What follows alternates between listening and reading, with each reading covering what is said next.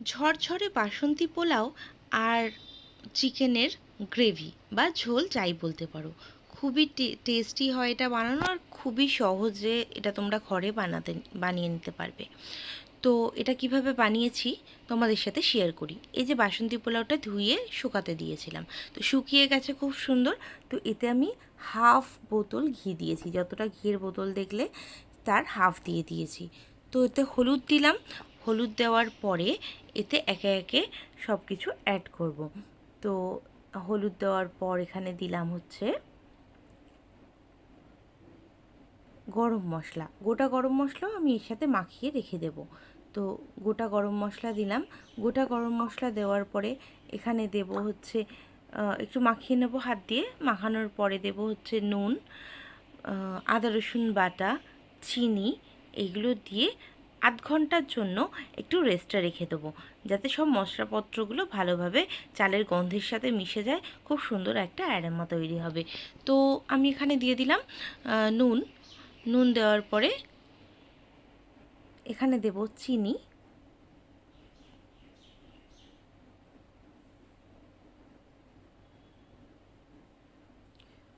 তো আমি এটাকে সুন্দর করে মাখিয়ে নেব।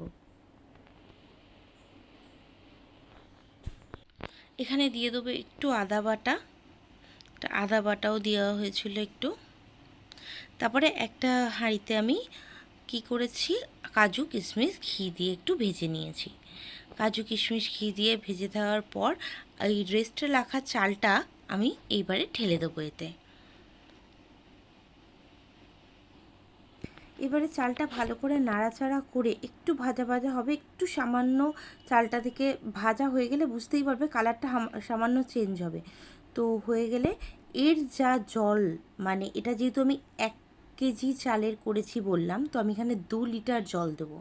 তো 2 লিটার জল দিয়ে আস্তে করে 10 মিনিটের জন্য ঢাকা দেওয়ার পরে ভাতটা এত সুন্দরভাবে হবে। তবুও এতে জল আছে, আস্তে আস্তে আর 2-3 মিনিট হলেই ভাতটা হয়ে যাবে। তো ঘাবড়ানোর কোনো ব্যাপার না, ভাতটা একটু দলা দলা হবে, কিন্তু ঠান্ডা হয়ে গেলে পুরো ঝরঝরে হয়ে যাবে। তো এদিকে কড়াই একটু গরম তেল করে নিয়েছি, নিয়ে গোটা গরম মশলা হয় যেটা, সেটাই দিয়ে দিলাম। দিয়ে এতে পেঁয়াজ দিয়ে দেবো।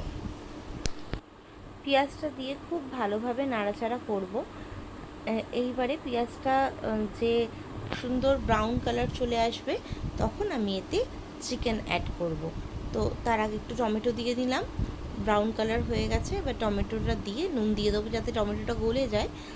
তো এতে টমেটো দিয়ে একটু নাড়াচাড়া করে নেব। এবার এতে চিকেনটা দিয়ে দেব। তো এতে চিকেনটা দিয়ে দেওয়া হলো। দিয়ে নিয়ে হাই ফ্লেমে ভালোভাবে চিকেনটা থেকে জলগুলো মেরে নেব। জলটা মরে যাবে যখন, তো চিকেনটা তেলে চলে আসবে। এবারে চিকেনটা হতে থাকে এদিকে, আর একটা কড়াই আমি আলু দিয়ে দিলাম। যেহেতু আলু দিয়ে ঝোল করব, বাঙালি আলু ছাড়া চলে না, তো আলু দিয়ে ঝোলটা করব। তো আলুটা ভাজতে দিয়েছি। এদিকে চিকেন এবার এক এক করে তেল চলে এসছে।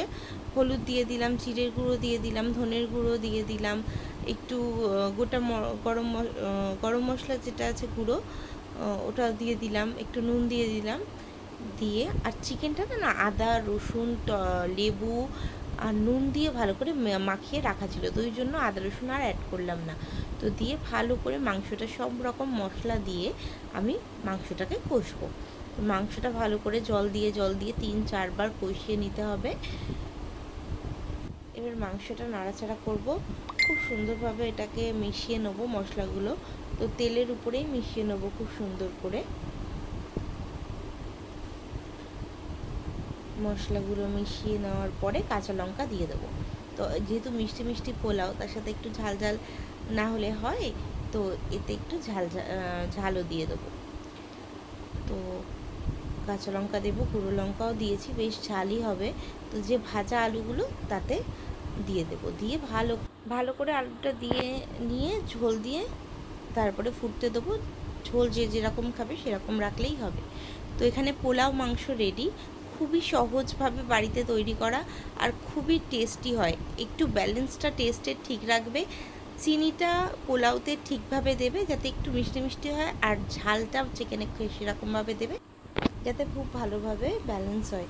আর তোমরা প্লিজ একটু লাইক, কমেন্ট, সাবস্ক্রাইব করে দিও একটু চ্যানেলটাকে আমার, প্লিজ।